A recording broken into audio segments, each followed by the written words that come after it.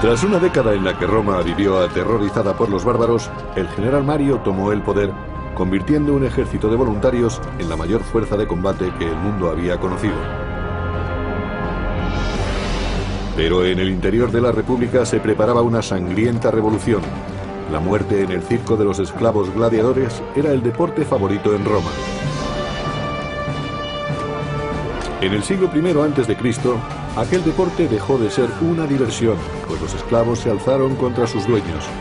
Según la historia, su dirigente más famoso fue Espartaco. El Imperio Romano, Espartaco. El poderoso ejército de Roma había servido para aumentar sus territorios, riquezas y esclavos. Capturados tras la batalla o en las ciudades conquistadas, los esclavos eran una mercancía más. Los esclavos eran personas y los romanos lo sabían, pero no los trataban como tales. Para ellos tan solo eran herramientas con brazos que hablaban. Entre el tercer y el primer siglo a.C., la República Romana se expandió desde la Italia central y del sur hasta abarcar casi todo el Mediterráneo. El mercado de esclavos empezó a ofrecer una mercancía ávidamente comprada. En el siglo I a.C., el 30% de la población de Italia estaba formada por esclavos, una cifra aproximadamente igual a la de los esclavos que había en América del Sur en la década de 1850, donde puede que el 35% de las personas estuvieran sometidas a la esclavitud. Podían ser esclavos por nacimiento, podían ser comprados en otros países y podían ser capturados en la guerra. Había muchas formas de convertirse en esclavo y también había muchas formas de vivir como esclavo. En el primer siglo, el terrateniente Columela aconsejaba para comprar esclavos.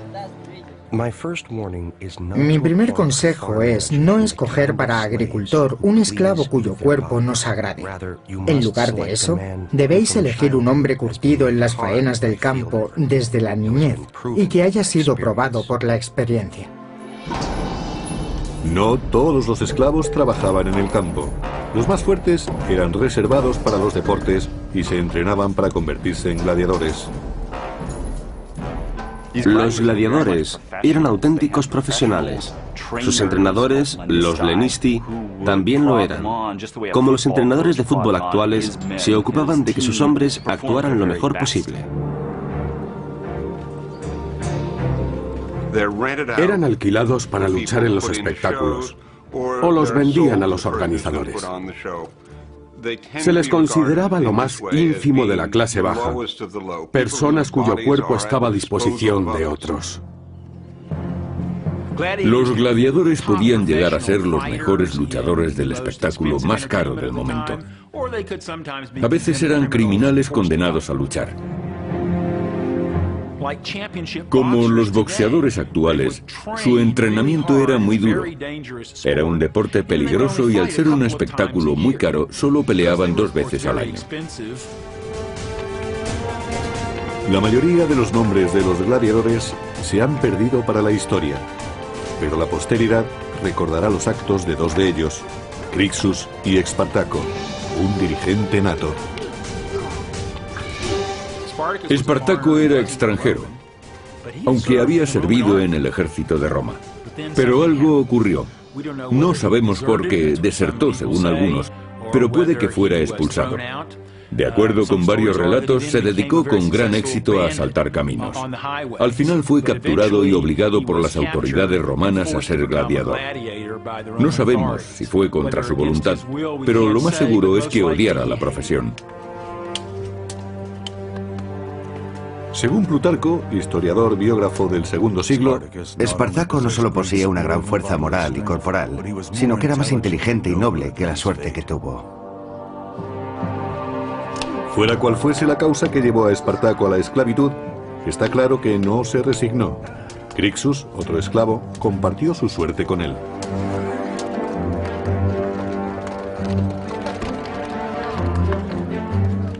Pocos gladiadores vivían lo suficiente para retirarse. La mayoría tenían una muerte horrible y violenta, tanto en un circo de provincias o en un gran coliseo. En ocasiones el público elegía las armas para empezar el espectáculo. A la gente le encantaba ver seres humanos luchando a muerte. Era muy emocionante para ellos y disfrutaban al máximo del combate. A finales de la República, algunos gladiadores se convirtieron en héroes y consiguieron un cierto nivel social, algo de popularidad ante las masas, debido a su éxito en la lucha. Según se hacía el sorteo, los gladiadores sabían quiénes serían los primeros en morir.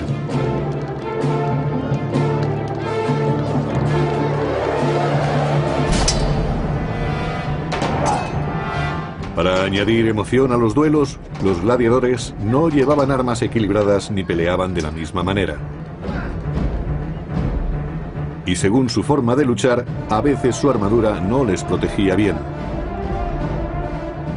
Se entrenaban en el uso de sus armas particulares durante meses o años y se acercaban tanto a sus oponentes que veían el miedo en sus ojos y cómo les caía la saliva. El olor a sangre debía ser sobrecogedor, pero así se excitaba la multitud. Era el signo de que la vida de los gladiadores pendía de un hilo.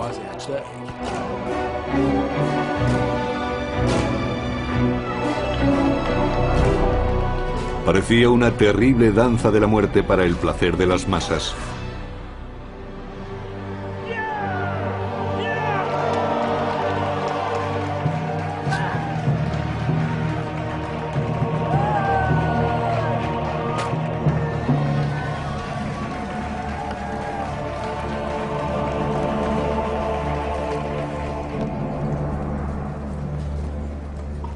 Pero en el año 73 a.C., en el Ludus, o escuela de gladiadores, un grupo de discípulos se cansó de recibir órdenes de sus guardianes. Decidieron que si tenían que morir, no sería en el circo. Maltratados y furiosos, conspiraron y aprovecharon sus artes combativas para tratar de cambiar su destino.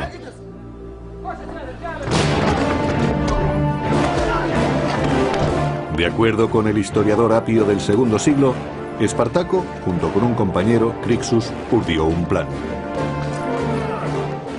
Persuadieron a unos 70 esclavos para arriesgar sus vidas y conseguir la libertad en lugar de que los exhibieran como recreo de otros.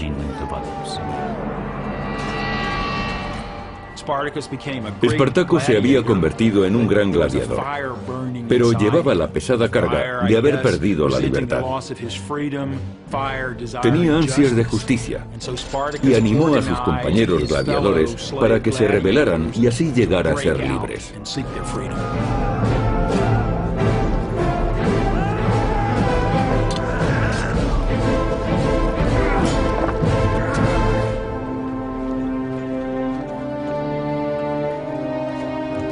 Los soldados locales temían a los rebeldes, pues los habían visto pelear en el circo. Sabían muy bien a qué clase de hombres se enfrentaban.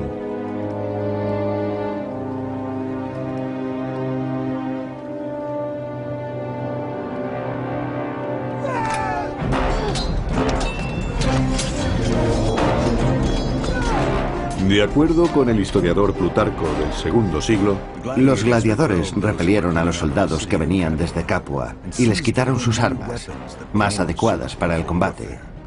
Estaban contentos de cambiar las armas de gladiadores que ellos consideraban poco honorables y bárbaras.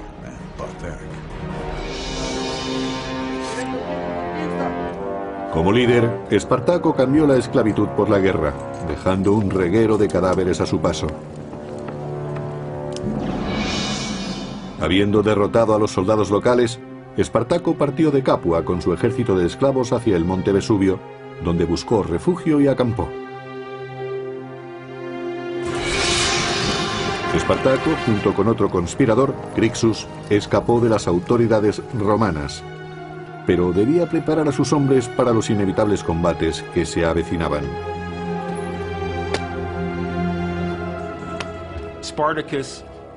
Espartaco poseía un gran atractivo e influencia personal que hacían que muchos quisieran escapar de la cárcel escuela de gladiadores para unirse a él.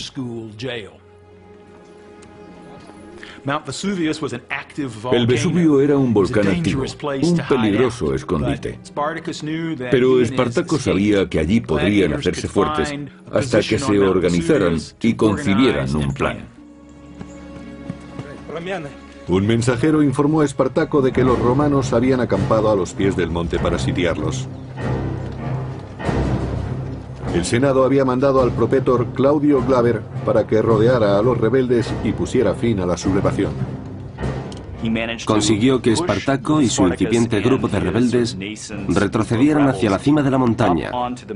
El lugar era muy reducido y Claudio Glaber creyó que no tendría problemas para eliminarlos en el Vesubio.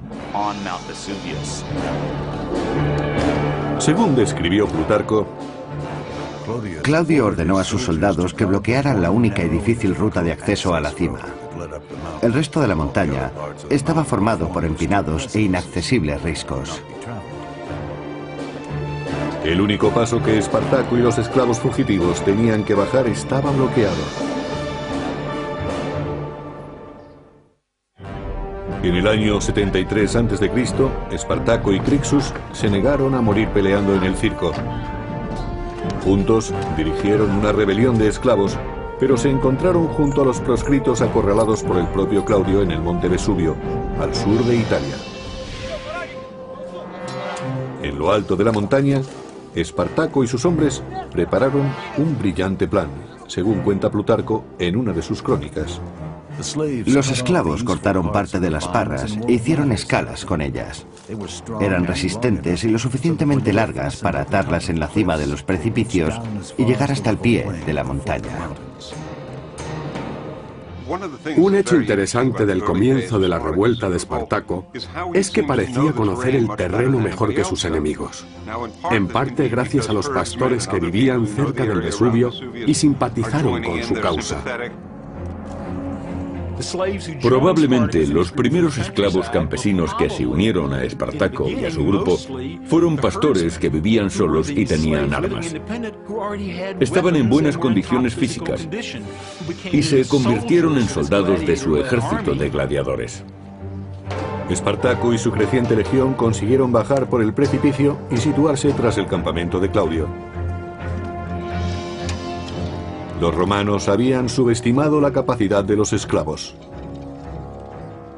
Hay que tener en cuenta que quienes trataban de acabar con ellos se parecían más al ejército de Pancho Villa que a las legiones de César. No formaban parte del ejército regular. Y los oficiales no eran muy buenos, ni siquiera conocerían bien el terreno. Allí solo dirigían a los esclavos. Los romanos sobrepasaban ampliamente a los sublevados, pero los gladiadores dejaron bien patente su ingenio y odio hacia los opresores de Roma. El golpe de gracia a aquellos miles de soldados romanos, con su jefe al frente, se lo asestó una pequeña banda de gladiadores que les atacaron por la retaguardia, después de haber descendido por un precipicio con unas escalas hechas de parra silvestre.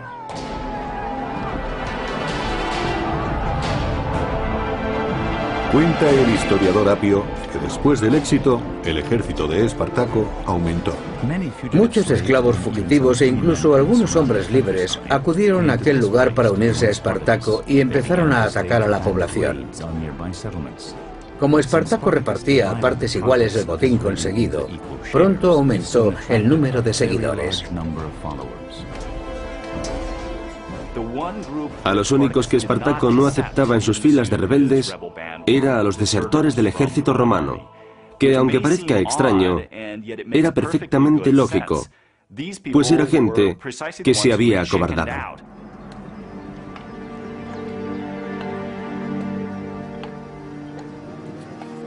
De acuerdo con Florus, autor del siglo II, la llegada diaria de nuevos reclutas los convirtió en un ejército regular. Fabricaron toscos escudos con ramas cubiertas de pieles, así como espadas y lanzas que forjaron con las cadenas de los barracones de esclavos. Lo que Espartaco y sus hombres no podían fabricar, lo cogían de los cadáveres romanos. Lo sorprendente de la rebelión de Espartaco es que los esclavos que habían sido entrenados para gladiadores se convirtieron enseguida en soldados. Eso no significa que combatieran como el ejército romano, aunque según algunas fuentes, Espartaco había sido soldado. A lo largo del año 73 a.C., los rebeldes continuaron su marcha hacia el sur, aumentando su número y derrotando a los romanos.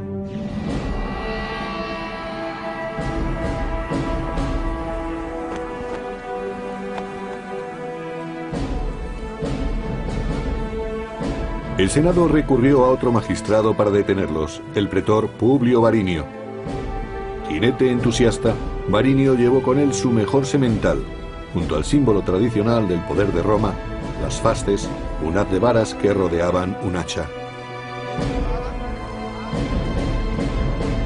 Era el símbolo del poder de los magistrados. Con él hacían cumplir la ley. Las varas para azotar a los culpados y el hacha para la pena capital. El hacha solo se ponía en las fasces cuando el pretor estaba en campaña fuera de Roma y sus tropas se regían por la ley marcial. Los símbolos no parecieron ayudar a Varinio. Los hombres de Espartaco ya habían derrotado a su adjunto al mando. No obstante, Varinio preparó a sus hombres para la siguiente batalla.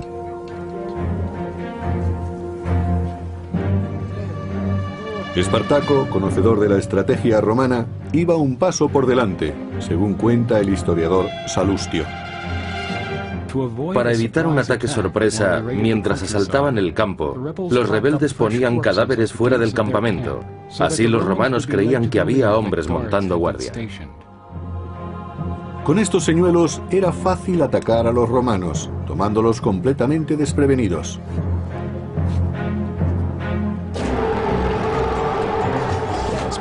El ejército de Espartaco era temible. Lo formaban gladiadores magníficamente entrenados, con gran experiencia y sedientos de venganza. Los hombres querían libertad, pero también querían demostrar a sus dueños romanos que eran personas, no herramientas.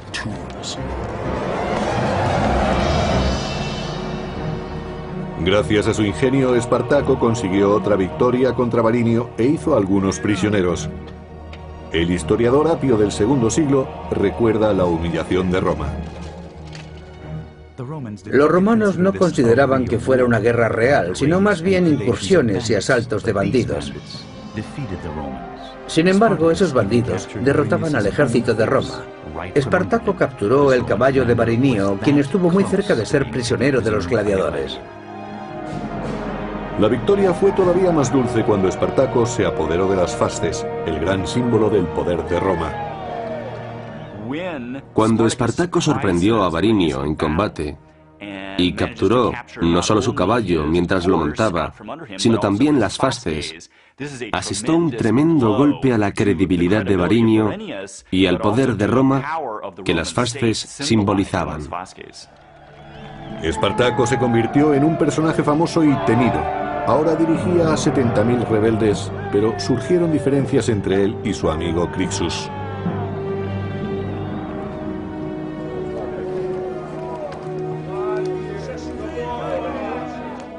Espartaco estaba demostrando a los romanos que era tan bueno como ellos.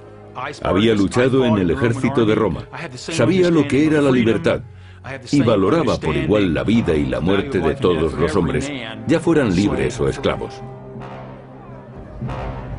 A Crixus le consumía su deseo de venganza y no mostró ninguna piedad con los soldados romanos capturados, según relata el historiador Orosio del siglo V. Organizaban luchas entre gladiadores con los prisioneros que habían capturado. Antes ellos habían sido el espectáculo y ahora eran los espectadores.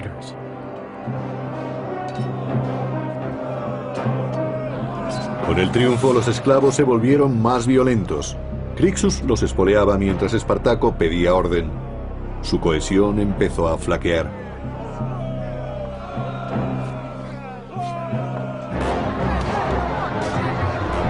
En cierto momento, Crixus liberó la furia de los esclavos contra ciudadanos romanos indefensos. El historiador Salustio describe lo ocurrido. Los esclavos fugitivos se dedicaron inmediatamente a violar mujeres jóvenes o mujeres casadas y a matar a las que trataban de resistirse. Espartaco fue impotente para detenerlos, incluso pidiéndoles repetidas veces que se contuvieran.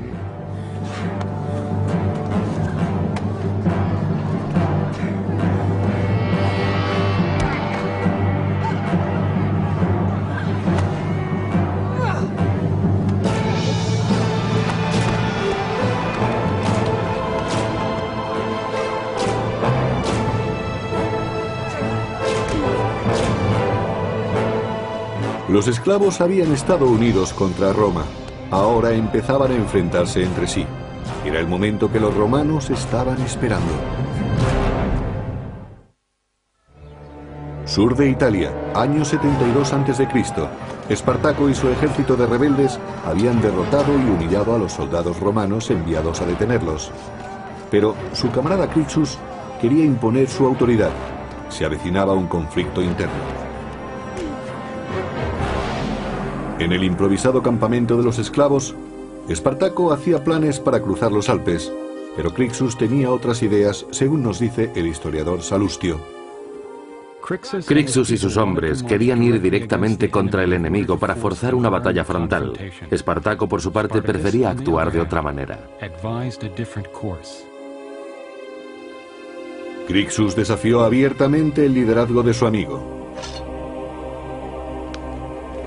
Algo interesante del levantamiento de Espartaco es que no parecía tener un plan preconcebido. Donde se encontrara le seguían millares de personas, pero ello implicaba ir de un lugar a otro para conseguir comida para todos.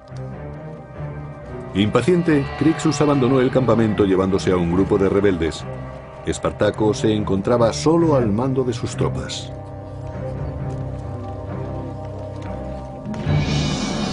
Los dos hombres tomaron caminos distintos por Italia. Con el ejército de esclavos divididos, Roma esperaba asestarles un duro golpe. Los cónsules Lucio Gelio Publicola y Cneo Cornelio Lentulo se reunieron para preparar la estrategia. Los romanos entendían que los esclavos eran seres infrahumanos, pero al mismo tiempo reconocían que tenían un gran éxito luchando contra ellos. Resultaba una pesadilla que aquellos esclavos les derrotaran una y otra vez en el campo de batalla. Aquella desordenada revuelta se convertía en una auténtica guerra, lo que exigía un plan de batalla.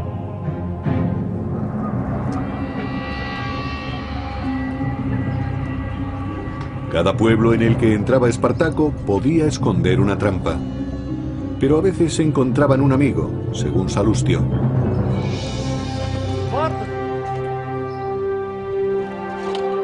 Muchos esclavos de los pueblos por donde pasaban eran sus aliados naturales y le ofrecían objetos que sus dueños habían escondido. A veces, ellos mismos sacaban a sus amos de los escondites. Esos nobles eran entregados a los sublevados para humillar todavía más a la aristocracia republicana. Los esclavos proporcionaban comida y armas a Espartaco y algunos se apuntaban a la causa. Pero Roma estaba tomando medidas urgentemente.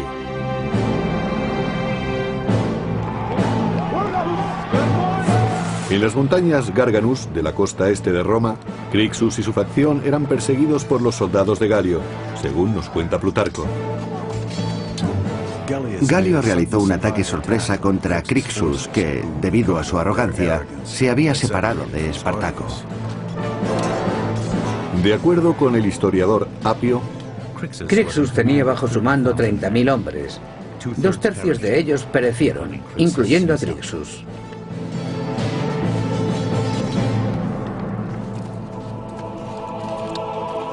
el ejército romano consiguió su primera gran victoria contra los rebeldes, pero su líder seguía libre. Los romanos no querían perder tiempo, y después de la matanza se dispusieron a vencer a Espartaco. Organizando un movimiento en pinza, los pretores Galio y Lentulo acamparon a ambos lados del paso de montaña esperando caer sobre su presa. Pero su plan no bastaba contra un ejército de esclavos desesperados. Un factor que influyó en la revuelta de Espartaco es que se inició cuando los mejores ejércitos de Roma estaban fuera, en Hispania o en la actual Turquía, y las tropas enviadas habían sido reclutadas recientemente.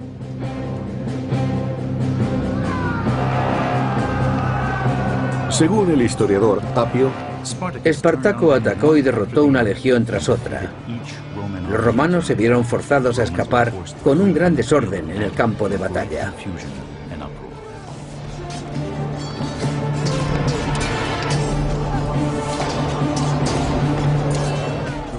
Los dirigentes militares romanos se enfrentaban a un gran reto, y sus oficiales no estaban preparados profesionalmente para la ocasión. De nuevo Espartaco obtenía otra victoria frente al ejército romano.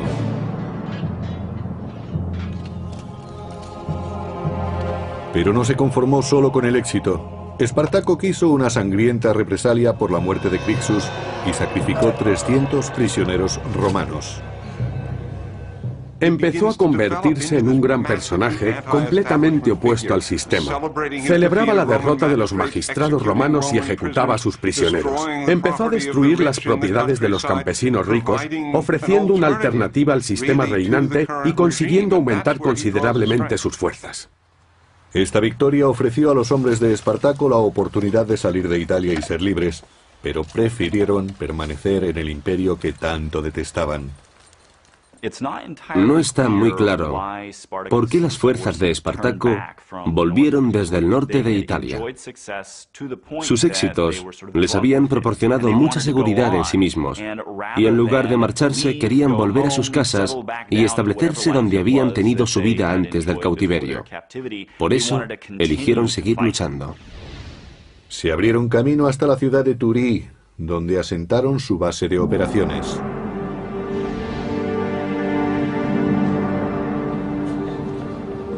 Al tercer año de la rebelión de los esclavos, Roma estaba desesperada. El Senado llamó a Marco Licinio Craso, un noble rico al que le gustaba la gloria tanto como el dinero.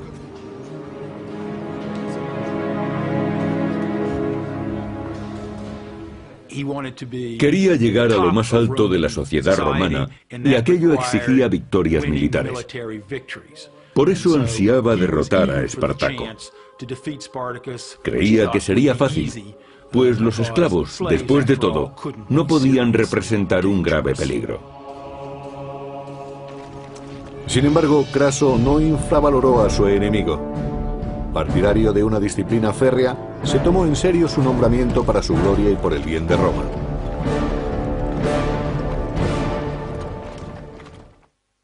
El creciente ejército de Espartaco, formado por esclavos rebeldes, estaba ahora bien organizado y parecía invencible. Pero Marco Licinio Craso se había propuesto destruirlo con sus fuerzas, que eran considerables. Sin embargo, Craso vio que sus soldados eran indisciplinados, cobardes y proclives a retirarse en batalla. Craso no estaba dispuesto a tolerarlo, y después de sufrir una derrota humillante ante los rebeldes, tomó medidas muy duras. Enseñaría a sus tropas el significado de la disciplina por medio de la decimatio.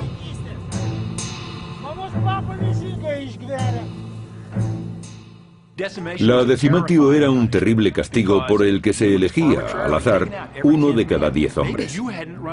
Puede que el elegido no hubiera huido o que siguiera luchando mientras escapaba el resto de la unidad. Pero si no había testigos, podía ser elegido como el 10º hombre. La muerte del elegido era horrible. Sus compañeros lo apaleaban con garrotes hasta matarlo. No era una muerte rápida, fácil u honorable. No se le acuchillaba o se le permitía suicidarse. La desgracia caía sobre el elegido y se le apaleaba durante mucho tiempo hasta que moría. Gracias a la decimatio, Craso consiguió que sus soldados le temieran más a él que a Espartaco, su enemigo. El castigo estaba dirigido a avergonzar tanto a los hombres que iban a morir, aunque no se hubieran acobardado, como a los que los apaleaban. 4000 hombres murieron de esa horrible manera en nombre de la disciplina, pero semejante brutalidad consiguió su objetivo. Craso venció a los rebeldes en su siguiente combate.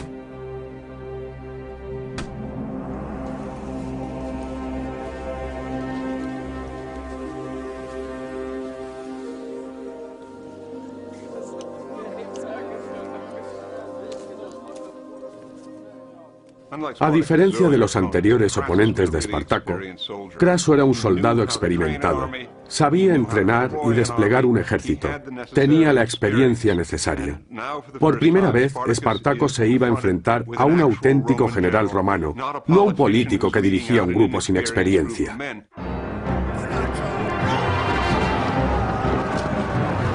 Se enfrentaron dos fuerzas, un ejército de romanos muy entrenado y capaz contra una banda de rebeldes desesperados y violentos. La balanza empezó a inclinarse contra Espartaco.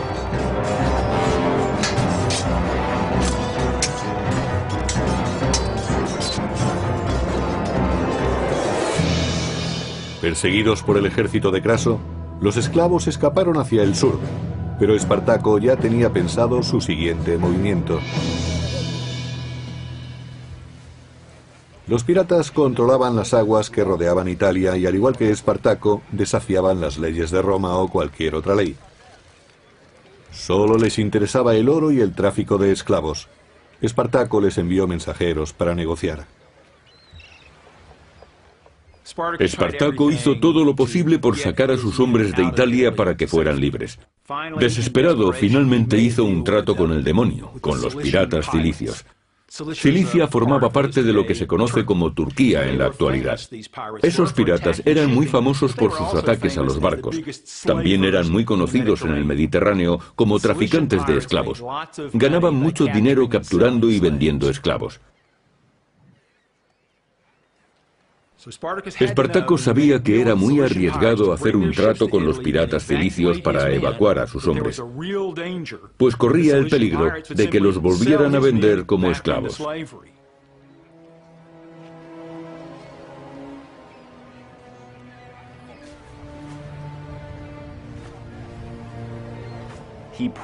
Probablemente tenía pensado llegar hasta Sicilia y ocupar la isla para establecerse en ella, formando un nuevo estado y así poder organizarse. De este modo, los rebeldes podrían enfrentarse a Roma teniendo algo de ventaja a su favor. Los esclavos y los piratas sellaron un trato. Los cilicios transportarían 2000 esclavos a Mesina, Sicilia. Espartaco confiaba en extender la rebelión mientras eludía a las tropas de Craso. No tenían tiempo que perder.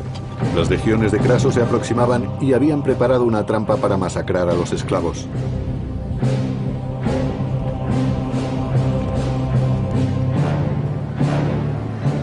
Espartaco y su ejército llegaron a la costa de Italia, pero los barcos no estaban allí. Los piratas los habían traicionado y los romanos estaban cada vez más cerca. Espartaco ahora tenía que combatir para escapar de Italia contra un ejército que había recuperado la disciplina gracias a Craso y que seguiría las tácticas que habían hecho que Roma tuviera ejércitos formidables.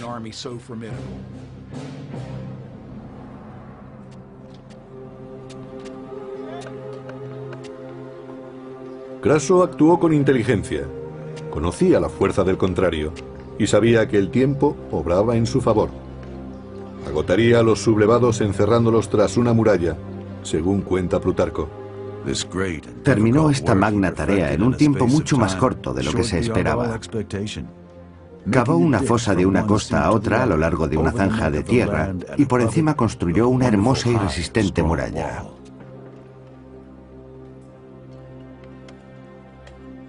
Craso era un auténtico general romano que, entre otras cosas, sabía cómo usar las fortificaciones de campo, y eso es lo que hizo contra Espartaco. La muralla era inmensa, tenía 55 kilómetros de longitud y 3 metros de alto, según Plutarco. Cuando los suministros empezaron a escasear y Espartaco quiso salir de la península, reparó en el obstáculo que presentaba la muralla. Espartaco se vio forzado a permanecer en tierra. Cada intento de ir al norte fue abortado por la muralla. Después de 3 años de libertad, los rebeldes habían sido enjaulados. Pero el Senado, que había mandado a Craso para poner un fin rápido a la rebelión, estaba cansado de esperar resultados, según el historiador Apio. Cuando los romanos se enteraron de las tácticas de Craso, opinaron que no merecía la pena que prolongara sus trabajos contra los gladiadores. Un mensajero llevó a Craso injuriosas noticias de Roma. El Senado había perdido su fe en él y confiaba ahora la misión a su gran rival. El general Pompeyo el Grande regresaba de Hispania convertido en héroe tras sofocar un levantamiento. Se le ordenó entonces aplastar una revuelta que duraba demasiado tiempo. Probablemente Pompeyo era uno de los mejores generales que tuvo Roma. Y como Craso, era muy ambicioso, aunque tenía mejor reputación militar. Sentía debilidad por lo teatral. Era su forma de darse a conocer en el mundo romano. Tenía un don para las relaciones públicas que otros políticos de su tiempo no tenían.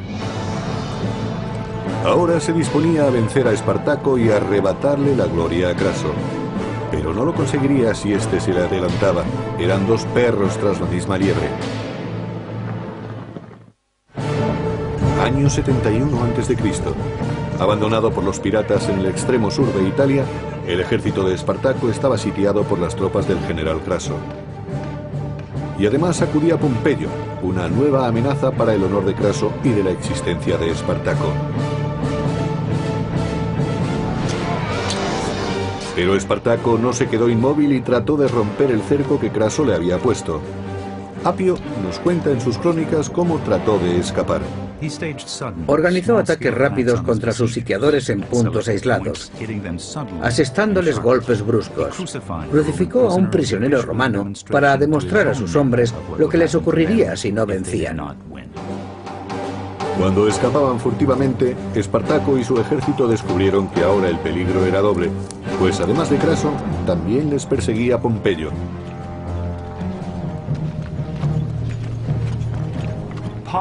Pompeyo tenía fama de ser una persona a la que le gustaba poner el punto final.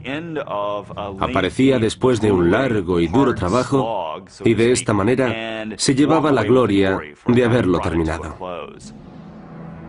Según se acercaba Pompeyo, Craso se ponía más nervioso por sofocar la rebelión antes de su llegada. Espartaco se preparó para el ataque y envió un mensajero a Craso ofreciéndole una tregua. Espartaco esperó la respuesta de Craso. Estaba seguro de que los romanos le escucharían. Sin embargo, los rebeldes mantuvieron las espadas afiladas. Espartaco trató de negociar con los dirigentes romanos porque se consideraba un hombre libre.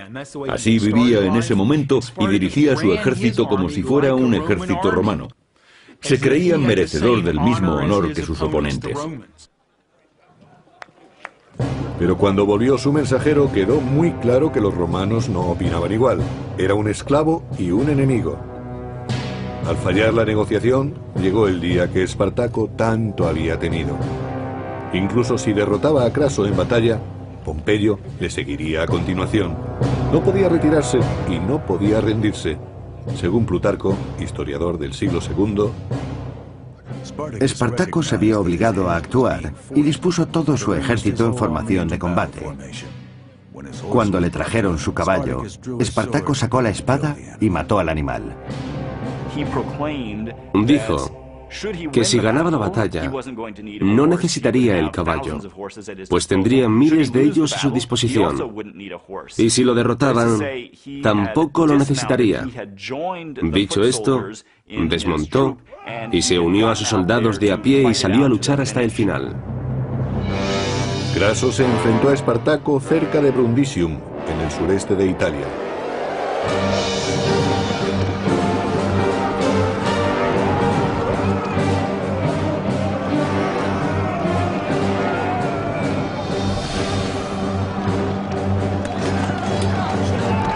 La batalla comenzó.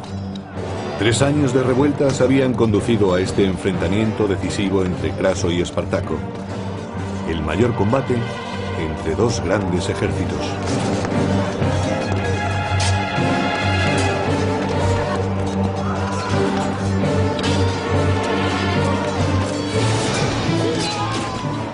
Se sabe que Espartaco estaba tan mal herido en una pierna que tuvo que luchar apoyándose en la rodilla, pero se negó a dejar de combatir.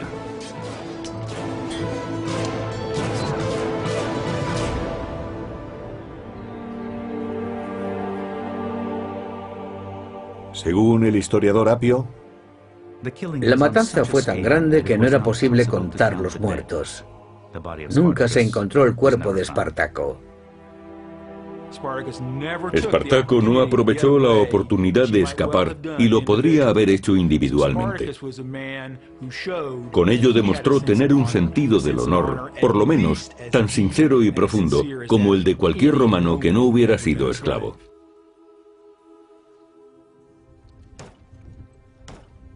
Craso persiguió a los supervivientes y mató a todos los que encontró excepto a 6.000 que capturó y crucificó a lo largo de la vía principal que conducía a Roma. Fueron crucificados con una separación de 10 a 12 metros a lo largo de 200 kilómetros. Podemos imaginar el olor y la visión tan terribles que tenían los que pasaban por aquel camino. Si eran romanos, el olor les habría parecido a esclavos muertos y estarían contentos de verlos, aunque fuera de esta forma tan espantosa. Pero para los esclavos era un mensaje muy claro. Esto es lo que os espera si os rebeláis contra el poder de Roma.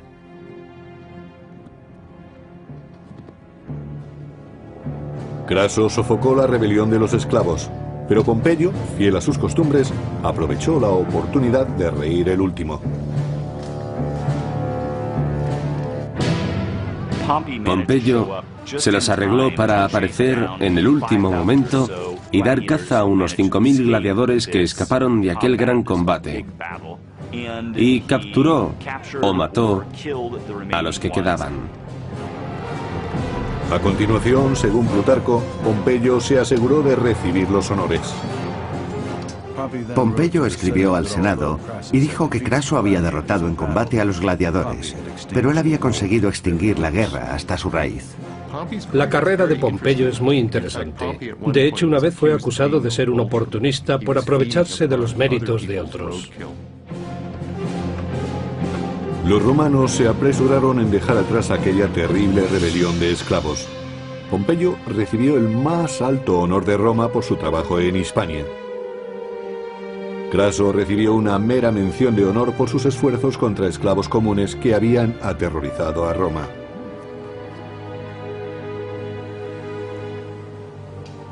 Aunque la muerte de Espartaco en el año 71 a.C.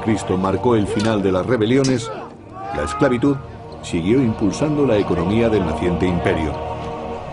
Pero los romanos no olvidaron lo aprendido durante el levantamiento. Espartaco fue para los romanos un personaje a temer. Siguió siendo una amenaza incluso sin estar vivo. Siempre sintieron el temor de que pudiera seguirle otro. Los romanos vieron tras la rebelión que debían tener al ejército en perfectas condiciones. Puede que esta fuera la ocasión en que pensaron en la necesidad de disponer de un ejército profesional que los mantuviera seguros en casa y los protegiera de las invasiones. Pero un poderoso imperio no puede defenderse para siempre. Mucho después de su desaparición, perdura la historia de un solo hombre que se enfrentó a Roma. La leyenda de Espartaco ha sobrevivido hasta el presente. Ha sido un héroe para los oprimidos y pisoteados que ha perdurado hasta nuestros días. Pero mientras el imperio se mantuvo, perteneció a los poderosos.